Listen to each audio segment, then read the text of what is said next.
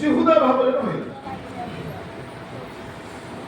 ଆଉ ଏମାନେ ନିଜର ଲୋକମାନଙ୍କୁ ଆକର୍ଷଣ କରିବା ପାଇଁ ଜାରବିୟମ ଚାହିଁଲେ ଯେ ମୁଁ 10 ଗୋଷ୍ଠୀ ଇସ୍ରାଏଲ ମାନଙ୍କୁ ମୋ ରାଜ୍ୟ ସପକ୍ଷରେ ଆଣିଛି, ଆଉ ମୋ ରାଜ୍ୟ ସପକ୍ଷରେ ଯେହେତୁ ମୁଁ ଆଣିଛି, ସେମାନେ ଯେପରି ପୁନର୍ବାର ଫେରି ଜେରୁସାଲେମ ଆଡ଼କୁ ମୁହାଁ ହୋଇ ଜେରୁସାଲେମ ମନ୍ଦିରରେ ଉପାସନା କରିବାକୁ ଯାଉ ଯାଉ ପୁନର୍ବାର ଜିହୁଦା ସହିତ ଚୁକ୍ତି କରି ମିତ୍ର ହେଇ ସେମାନଙ୍କ ସହିତ ପୁନର୍ମିଳନ ହେଇଯିବେ, ସେଥିପାଇଁ ସେ ଉଚ୍ଚ ସ୍ଥଳୀ ମାନ ନିର୍ମାଣ କଲା ବୋଲି ଲେଖା ଅଛି।